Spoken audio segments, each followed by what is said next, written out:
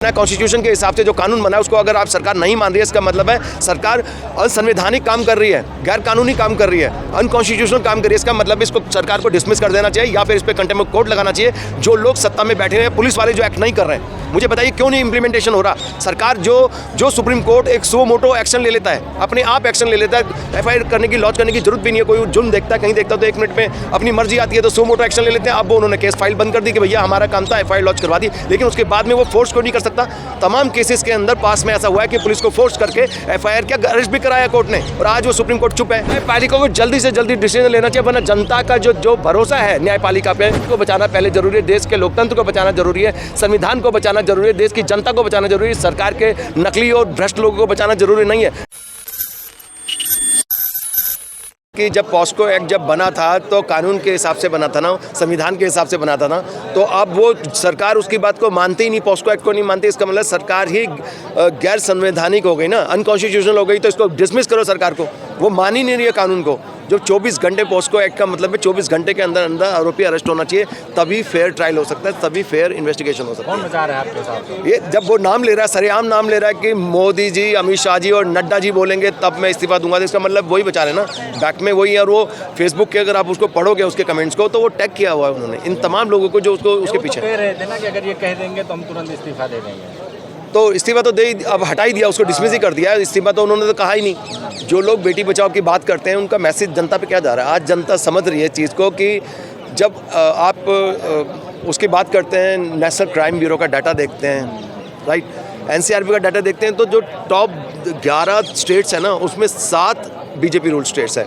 इसे clear message जाता है जनता पे कि देश के अंदर बीजेपी रूल के अंदर महिलाएं सुरक्षित नहीं है, इस देश में बेटियां सुरक्षित नहीं है। महिलाएं सुरक्षित है, रात के 12 बजे निकल सकती हैं गहने पहन के। कहाँ पे, किस जगह पे? अमित शाह के कहीं भी, उनके घर पे, शायद अपने घर की बात कर रहे हैं। ने कहा कि यूपी में जो है महिलाएं रात में जो है 12 बजे भी निकलेंगी तो भी सुरक्षित है। उनके बोलने से आप लगता है कि वो तमाम जो जुमलेबाजी करते हैं, ये लीडर लोग इनकी बात को सत्य मानते हैं। आप उनको फिर अगर ये सत्य है तो उनको गप्पू क्यों बोलते हैं फिर?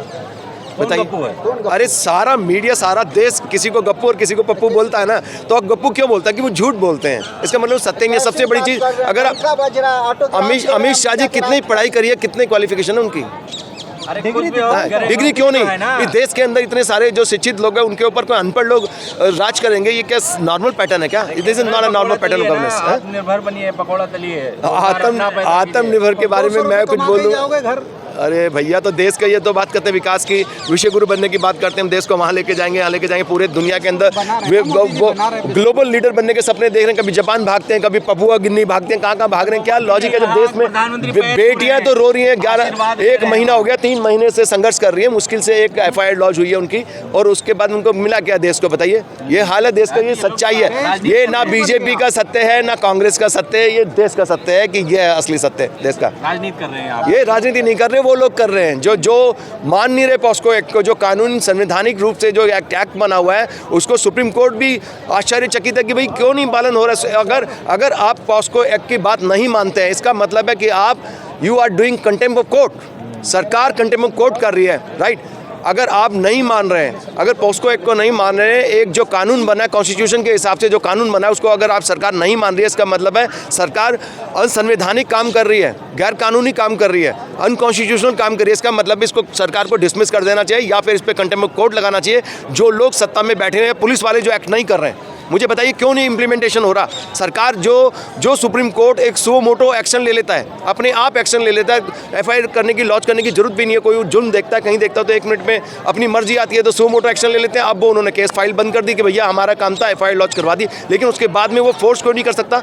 तमाम केसेस के अंदर पास में ऐसा हुआ है कि पुलिस को फोर्स करके एफआईआर क्या अरेस्ट भी कराया कोर्ट ने, और आज वो सुप्रीम कोर्ट चुप है। 5 दिन लगे उनको एफआईआर कराने में, तो there is a question mark. चुप तो स्मृति ईरानी में है, वो तो पॉलिटिशियन है। मैं कह रहा हूँ न्यायपालिका चुप क्यों है? न्यायपालिका पे क्वेश्चन मार्क लगा, तो वो तो तभी बोलती है ना जब बीजेपी का कोई मुद्दा होगा। वो जनता के मुद्दे में थोड़ी बोलेंगी, वो तो कांग्रेस बीजेपी इस देश में नहीं बोलेंगी। वो क्यों? ये उनसे पूछो कि वो जितना चिल्लाती है जब कांग्रेस सत्ता में होती है, तो वो उन पे भी दबाव है। दबाव क्या है उनके ऊपर? तो राजनीति है ना, वही देश के अंदर जो राजनीतिक पैटर्न है, जो यूपी का इलेक्शन हारना थोड़ी है उनको।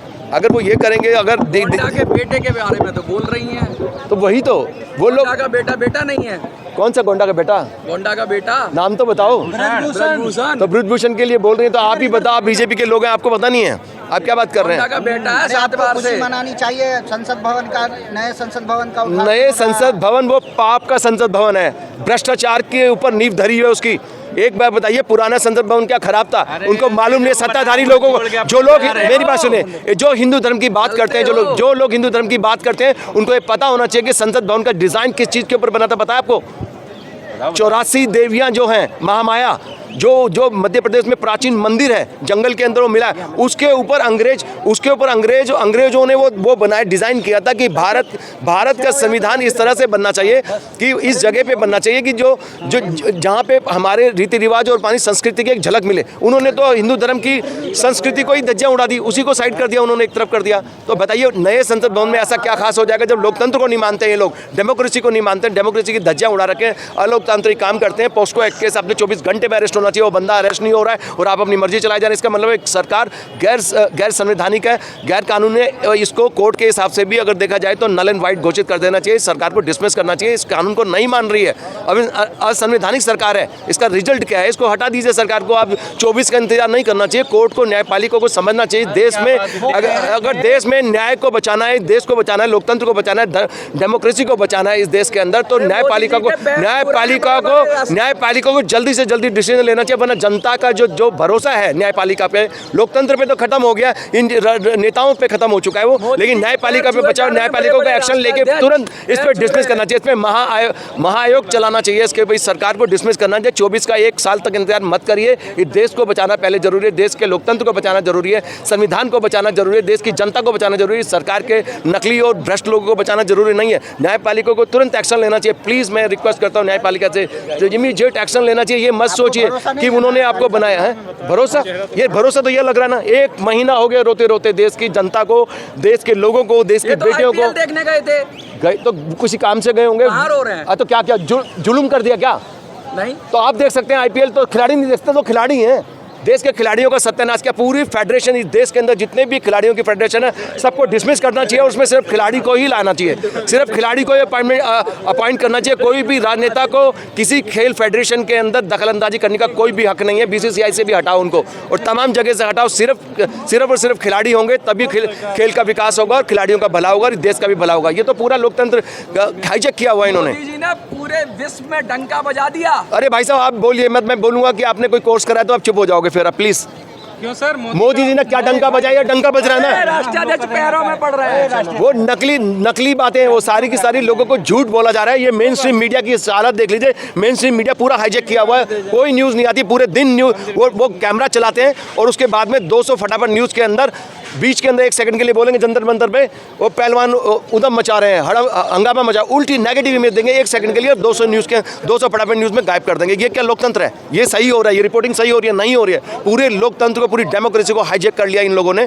मैं जनता से भी अपील करता हूं कि आप रोड पे आइए। मैं किसको भड़का नहीं रहा हूं, लेकिन जनता को, एक डेमोक्रेसी को, जनतंत्र को बचाने की जरूरत है, लोकतंत्र को बचाने की जरूरत है, देश को बचाने की जरूरत है। आज जनता को इनकी मदद करने के लिए, प्रोटेस्ट करने के लिए आना चाहिए। जनता को ये नहीं सोचना चाहिए कि हमारा नंबर आएगा तब हम बेटियों को बचाएंगे। नहीं, वो नंबर अगर इनका है तो कल तुम्हारा भी हो सकता है, किसी के साथ भी हो सकता है, किसी की भी बेटियां हो सकती हैं। तो ये देश के अंदर बहुत ही extreme serious and grave situation है। I request people of India to come forward and support this movement here. चाहेंगे कि कांग्रेस भी जो है कर्नाटक में जो है विधानसभा को गौमूत्र से साफ कर रही है। अरे यार, मैं क्या बोलूँ, कांग्रेस भी तो वही हाल हो गया इनका भी। बीजेपी कांग्रेस का जो पैटर्न है ना, इस देश के अंदर यही चलता है। बीजेपी कांग्रेस, मोदी, राहुल गांधी। आपको समझना चाहिए ये भी सेम थाली के, एक ही थाली के चट्टे बट्टे हैं सारे लोग। अभी 2011 में इनको हटाया था, फिर दोबारा से इन्हीं को लाना पड़ेगा क्योंकि ऑप्शन नहीं है जनता के पास, कोई भी ऑल्टरनेटिव नहीं है। जनता को उन्हीं लोगों को बार बार चुनना पड़ेगा। ये क्या फ़ायदा हुआ इसको? अब कांग्रेस आ गई, वो भी गौमूत्र से और उससे धो रही है, उसको बताओ कोई लॉजिक है? और रही बात कांग्रेस की कर्नाटक में जीत की, वो एक एंटी इनकम्बेंसी एक लहर होती है, उस वजह से जीत गई। अभी राजस्थान में पोल खुल जाएगी इनकी, अगर सचमुच जैसा कि पवन खेरा सर कह रहे हैं कि उनके फेवर में हवा चलने का रुख लगता है, जनता का मूड बना लिया जनता ने, तो अभी पता लग जाएगा कुछ ही महीने के अंदर राजस्थान में पलटेगी सरकार, क्योंकि वहाँ पे भी बार बार पलटती है सरकार। तो अभी कुछ ही महीने में पता लग जाएगा देश का क्या है। तो इससे पहले जनता डिसाइड ना करे और ना ही जनता के दिमाग में डालने की कोशिश करे कि जनता ने क्या डिसाइड किया। Let's see the democracy should win. Thank you very much.